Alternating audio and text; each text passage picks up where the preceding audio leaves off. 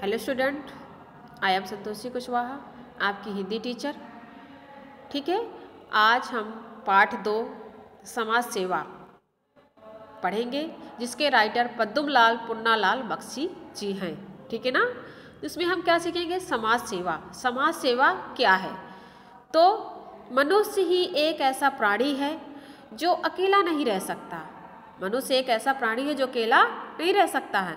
बाकी जो पशु हैं वो अकेले भी रहते हैं, साथ में भी रहते हैं, लेकिन मनुष्य को कई आवश्यकताओं की पूर्ति करनी होती है, इसलिए वह अकेला नहीं रह सकता। उसे अपनी रक्षा के लिए समाज का संगठन करना ही पड़ता है। उसे अपनी रक्षा के लिए समाज का संगठन करना ही पड़ता है। यूँ तो और भी कई प्राणी हैं जो अपना दल बना कर रहा करते हैं, परंतु उन प्राणियों के दल और मनुष्य के समाज या भेद हैं कि मनुष्य ने अपनी बुद्धि द्वारा अपने सामाजिक जीवन का निरंतर विकास किया है ना। मनुष्य ने अपनी बुद्धि द्वारा, अपने विवेक द्वारा क्या किया है? अपनी उन्नति करने के साथ साथ जीवन को निरंतर यानी कंटिन्यूटी विकास यानी डेवलप किया है। क्या किया है? डेवलप किया है। देश क्या है? देश जो है, देश काल अवस्था के अनुसार अपने समाज में यथेष्ट परिवर्तन किया है, और ऐसे परिवर्तन अब भी होते हैं। ऐसे परिवर्तन अब भी होते हैं। इसी से मनुष्य समाज उन्नतिशील है, और अन्य प्राणियों के दल सैकड़ों वर्षों के बाद भी अपनी स्थिति को कोई उन्नति परिवर्तन नहीं कर सका, और अपनी उन्नति के लिए एक साथ मिलकर काम करने की प्रवृत्ति से प्रेरित होकर जो दल बनाया जाता है उसे हम समाज कहते हैं। अर्थात कहने का तात्पर्य ये है कि मनुष्य ही एक ऐसा प्राणी है जो अपने विवेक से क्या करता है? एक दल का निर्माण करता है। चूँकि मनुष्य की कई आवश्यकताएं होती हैं, उसे अपने आसपास सुरक्षा और अपनी मूल आवश्यकताओं की पूर्ति के लिए कई लोगों से मिलजुल कर रहना पड़ता है, और इसी मिलजुल के रहने की गति पर वह क्या करता है? समाज की उन्नति करता है ना। और अन्य प्राणियों के दल यानी कि जो और अन्य प्राणी होते हैं, पशु वर्ग होते हैं और पक्षी वर्ग होते हैं, अन्य दल प्राणों से अपने आप को अलग रख पाता है और परिवर्तन निश्चित करता है। और परिवर्तन भी कई होते हैं, लेकिन उन्नतिशील क्या है? मनुष्य का ही जीवन है जो समाज का निर्माण करता है, क्योंकि वो सभ्य पुरुष है ना। काम करने की प्रवृत्ति को जो दल बनाया जाता है उसी को हम समाज कहते हैं। ठीक है, आया समझ में? देखिए स्टूडेंट्स, नेक्स्ट पैराग्राफ देखिए। समाज के भीतर समता का भाव होना आवश्यक है। समाज के भीतर समता यानी समानता, समता यानी समानता। इस वर्ड का मतलब है भीतर समानता का भाव रखना, यानी क्या रखना? इक्वलिटी। क्या रखनी? इक्वलिटी रखनी। जहाँ समता का अभाव है, जहाँ समानता का अभाव होता है, वहाँ पे अभाव मतलब कमी होना। क्या होता है? कमी होना। वहाँ समाज में दृढ़ता नहीं है, क्योंकि किसी प्रकार की असमानता होने पर, भेदभाव होने पर पारस्परिक ईर्ष्या, द्वेष आदि भाव अवश्य होते हैं, है ना। वहाँ पे ईर्ष्या की भाव जागृत होती है। अगर वहाँ पे इक्वलिटी नहीं है तो वहाँ पे क्या होगा? वहाँ पे इक्वलिटी नहीं है तो वहाँ पे क्या होगा? समता का भाव नहीं होगा। इक्वलिटी नहीं है तो क्या होगा? वहाँ पे ईर्ष्या होगी, द्वेष होगा, है ना। यानी लोग दूसरे से जलेंगे एक दूसरे को, है ना। आपस में प्रेम नहीं रहेगा। तब क्या होता है? तब उनसे फूट पैदा होती है। क्या होती है? तब उनसे फूट पैदा होगी, और एकता का नाश होने के समाज की अवनति भी होगी। क्या होगी? समाज का विकास रुक जाएगा। अवनति का मतलब है समाज की अवनति रुक जाएगी। ठीक है ना। समाज की अवनति होने पर व्यक्ति विशेष की अवनति भी अनिवार्य है ना। अगर समाज की विकास रुक जाएगा, अवनति मतलब विकास रुक जाएगा, तो क्या करेगा? व्यक्ति विशेष का भी जो विकास है वो रुक जाएगा। अंडरस्टैंड? व्यक्ति का पारस्परिक दृढ़ संबंध है। एक की उन्नति दूसरे की उन्नति है। अगर एक व्यक्ति विकास कर रहा है, दूसरे व्यक्ति की उन्नति क्या है? अनिवार्य है। समाज की उन्नति होने से व्यक्ति की उन्नति होगी। अगर समाज की उन्नति हो रही है तो व्यक्ति की उन्नति होगी, और व्यक्ति की उन्नति होगी तो समाज की उन्नति होगी। यानी अगर व्यक्ति है, व्यक्ति अगर क्या करता है, अपना विकास करता है, तो समाज का विकास निश्चित है, और समाज का विकास होगा तो क्या होगा, व्यक्ति का विकास निश्चित है। कहने का तात्पर्य ये है, ठीक है ना। जब हम पढ़ते हैं तो क्या होता है, हमारा परिवार पढ़ता है। जब परिवार पढ़ता है तो क्या होता है, समाज पढ़ता है ना। तो इस शब्द का मतलब यही है कि समाज की उन्नति होने पर व्यक्ति की उन्नति होगी, और व्यक्ति की उन्नति होने पर समाज की उन्नति होगी, है ना। ना तो समाज व्यक्ति की उपेक्षा कर सकता है, और ना ही व्यक्ति समाज की उपेक्षा या अवहेलना कर सकता है। ये एक दूसरे के पूरक है, ऐसा समझ में, एक दूसरे के पूरक है। नेक्स्ट देखिए, इस पैराग्राफ से देखेंगे, मनुष्य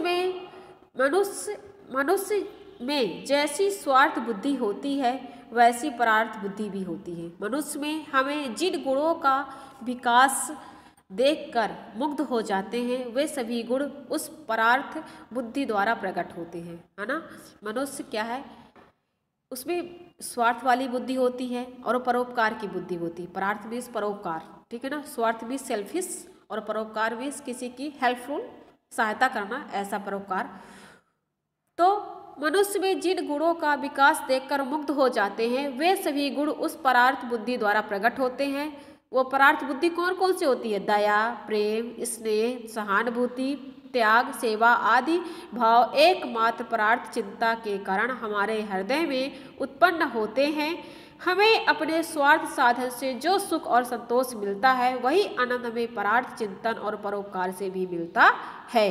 इस परार्थ चिंतन में मनुष्य का कल्याण इसलिए यदि कहा जाए तो परार्थ चिंतन में उच्च कोटि की स्वार्थ चिंता है तो स्वार्थ सर्वथा उचित ही है। क्या है, सर्वथा उचित है। हमें अपने कल्याण के लिए, अपनी उन्नति के लिए, अपने सुख के लिए, दूसरों के सुख के लिए सुख कर कार्य करने पड़ते हैं। ऐसे ही कामों को हम सेवा कहते हैं। सेवा का अर्थ है दूसरों को दुख दूर करना और दूसरों को सुख पहुंचाना, है ना। कहने का मतलब ये हो गया कि जब हम किसी की हेल्प करते हैं तो क्या हो जाएगा, परार्थ हो जाएगा, परोपकार हो जाएगा, है ना।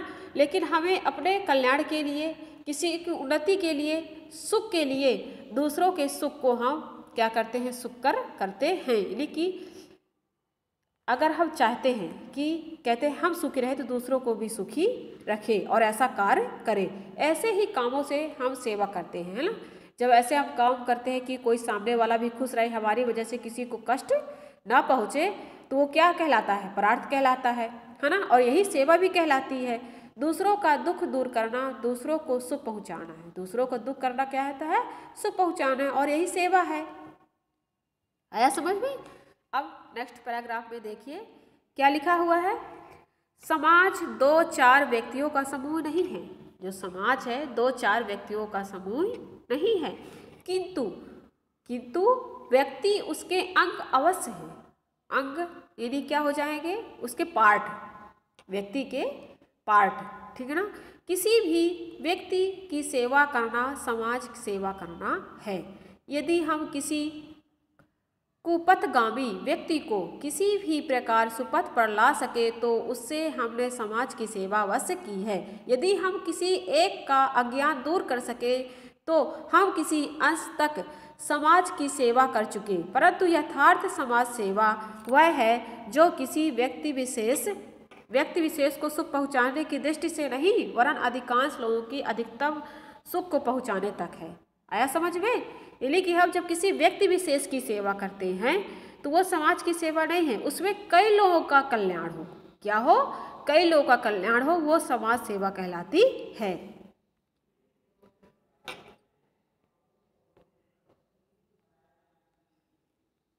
समाज में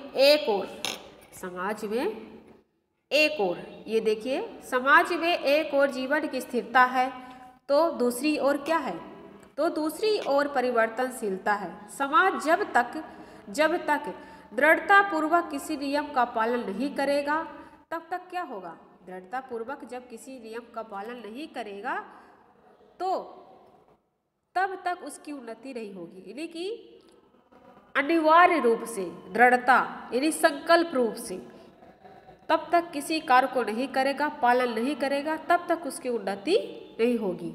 इसलिए अधिकतर लोगों को विचार करके समाज की एक मर्यादा बना दी जाती है। सभी व्यक्तियों को उस मर्यादा का पालन करना पड़ता है, चाहे किसी व्यक्ति को कष्ट ही क्यों ना हो, तो वह समाज की मर्यादा का उल्लंघन नहीं करेगा। यदि वह ऐसा करेगा तो समाज द्वारा निंदनीय होगा।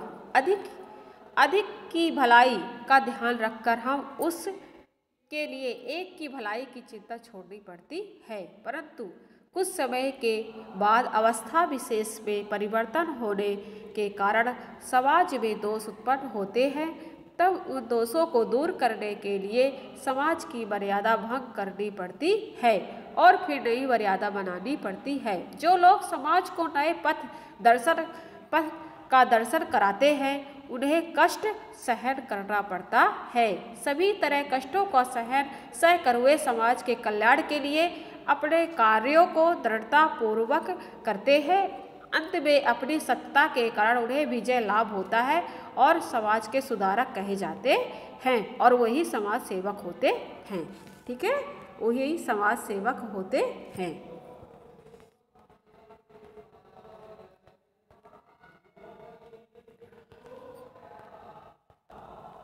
आगे देखें, वही समाज सेवक होते हैं, है ना। हमने यहाँ तक बताया था कि वही समाज सेवक होते हैं। समाज में समता का भाव होने पर सर्वत्र विषमता ही देखी जाती है। समाज में समता का भाव होने पर भी सर्वत्र विषमता ही देखी जाती है। यानी कि फिर कहते समाज समान है, लेकिन क्या कहते हैं विभिन्न प्रकार के लोग रहते हैं, है ना, उसमें विषमता पाई जाती है। समाज में दीनों और दुखियों का भाव नहीं रहता, यानी कि समाज में बहुत सारे दीन दुखी लोग रहते हैं। अभाव मीन्स कमी नहीं रहती है। बहुत सारे लोग दीन दुखी होते हैं, गरीब होते हैं, दुखी होते हैं, है ना। कुछ लोग अंगहीन होने के कारण असहाय होते हैं। कुछ लोगों के अंग भंग नहीं होते हैं, अपंग होते हैं, जिसे अंगहीन बोलते हैं। कुछ लोग बिल्कुल अनाथ हो गए हैं, अनाथ ही नहीं जिसके माँ बाप ना हो। कुछ लोग यज्ञ हो गए हैं, है ना, कुछ लोग यज्ञ मतलब मर गए हैं, ठीक है ना। कुछ लोग कुपथगामी हो गए हैं। कुपथगामी यानी कि क्या हो जाए, अपने पथ से भटक गए हैं, अपने रास्ते से भटक जाना, कुपथगामी हो जाना। इन सब की सेवा करना, इन सब के हित के लिए काम करना समाज सेवा है। क्या करना है, इन सब के लिए काम करना क्या है, समाज सेवा है। इस देश के समाज में आजकल गरीबों के उत्थान की जो चेष्टा की जाती है यह समाज सेवा ही है। क्या की जाती है, जो लोग की निवारण के लिए, दुख के निवारण के लिए जो कार्य किए जाते हैं वो क्या है, समाज सेवा है। यह समाज सेवा क्या है, यह समाज सेवा है। उसी प्रकार नारियों की दुर्वस्था दूर करने के लिए, कुष्ठ आदि रोगग्रस्त को दूर करने के लिए, है ना, रोगग्रस्त लोगों को यात्रा को दूर करने के लिए चेष्टाएं की जाती है। ये सभी समाज की सेवाएं हैं। देश के सभी समक्ष नवयुवकों का कर्तव्य है कि वे ऐसी सेवाएं में भाग लें, इससे समाज की उन्नति होती है, साथ ही साथ अन्य लोगों में उच्च गुणों का विकास होगा। इसलिए हमारे शास्त्रों में कहा गया है कि पर सेवा से बढ़कर कोई सेवा नहीं है। हमारे शास्त्रों में क्या कहा गया है कि पर सेवा से बढ़कर कोई सेवा नहीं है, है ना। इसका मतलब ये हो गया कि व्यक्ति को क्या करना चाहिए, लोगों की सहायता करनी चाहिए। और हमारे जो नवयुवक है, जैसे हम हैं, अभी बच्चे हैं, आप लोग क्या हैं, बच्चे हैं, है ना, फिर युवा बनेंगे और युवा बनने पर यानी कि ऐसे भी कार्य करें, है ना, समाज सेवा के ऐसे भी कार्य बने, समाज के ऐसे भी अंग बने आप कि क्या करें, जो अंगहीन हैं, कुपथगामी है ना, क्या है, कुपथगामी हैं, और जो दीन दुखी हैं, कुपथगामी है ना, दीन दुखी हैं, ऐसे लोगों की क्या करें, सेवा करें, है ना, और अपने समाज का क्या करें, उद्धार करें, है ना। क्योंकि हम पहले के पैराग्राफ में अभी हमने पढ़ा था कि क्या है, जो समाज के मर्यादा को तोड़ते हैं, है ना, तो वो क्या करते हैं, मर्यादा को उल्लंघन करते हुए समाज का निंदनीय कहा जाता है, यानी कि समाज के निंदा के योग होते हैं। उसके लोग क्या करते हैं, बुराई करते हैं कि उसने ऐसा कर दिया।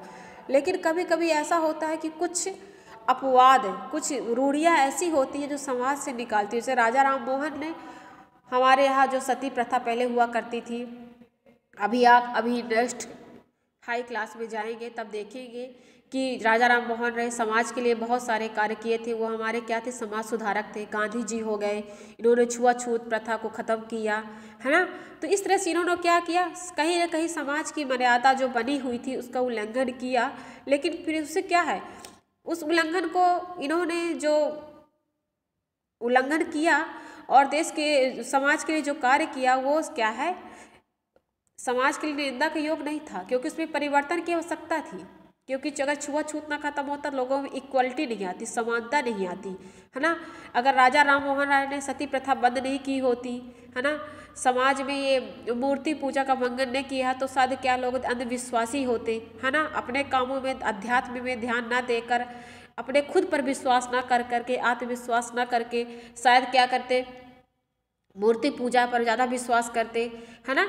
और अपना खुद का विकास नहीं कर पाते, और जब खुद का विकास नहीं कर पाते तो परिवार का विकास नहीं होता, जब परिवार का विकास नहीं होता फिर समाज का विकास भी नहीं होता। ऐसा समझ में।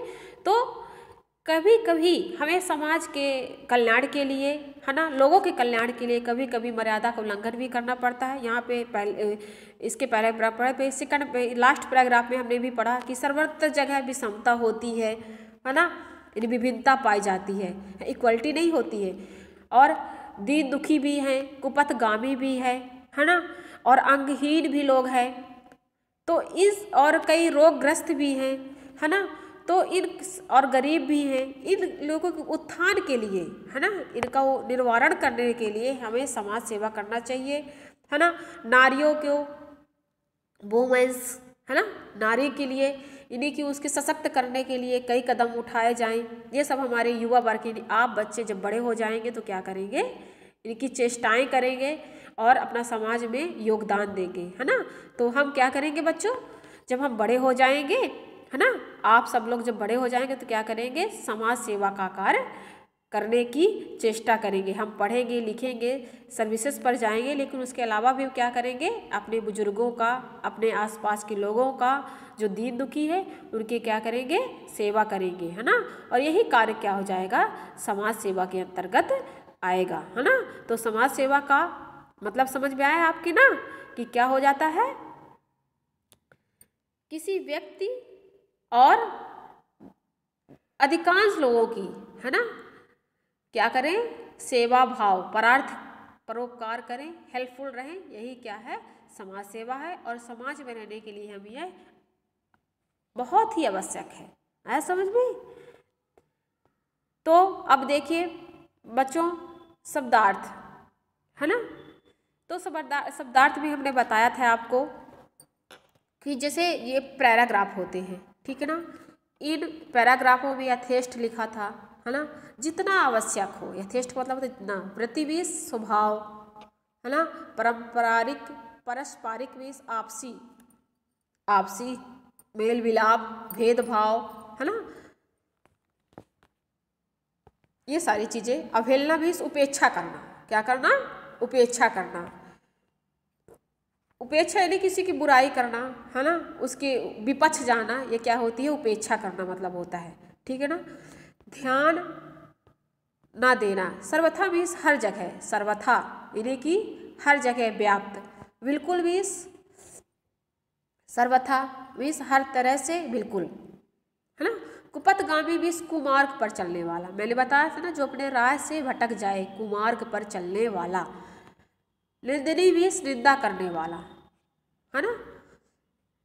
यज्ञ भी अज्ञानी या मूर्ख, अज्ञ अज्ञानी या मूर्ख। हित भी क्या होती है, भलाई, चेष्टा में कोशिश, दुर्वस्था में दुर्धन अवस्था। इसका जब हम संधि विच्छेद करेंगे तो क्या हो जाएगा, दुर्धन अवस्था, यानी यहाँ पे जो दुह, है ना, ये दूर अवस्था हो जाएगा। तो यहाँ पे क्या है, कुछ वर्ण अप्रोनाउंस ध्वनियाँ जो है छिपी होती है, जब उसका विच्छेद करते हैं, अलग करते हैं, विच्छेद का मतलब क्या होते हैं, वर्णों का विच्छेद, ठीक है ना, ध्वनियों का विच्छेद। तो यहाँ पे क्या लिखा, दुरवस्था, तो यानी कि दु धन अवस्था, तो वो दूर हो जाएगा। यानी कि जो यहाँ पे विसर्ग दिया गया है, आह की मात्रा लगी हुई है, तो क्या हो जाएगा, यहाँ पे रा में रूपांतरित हो जाएगा और धन हो जाएगा दुर्धन अवस्था, है ना।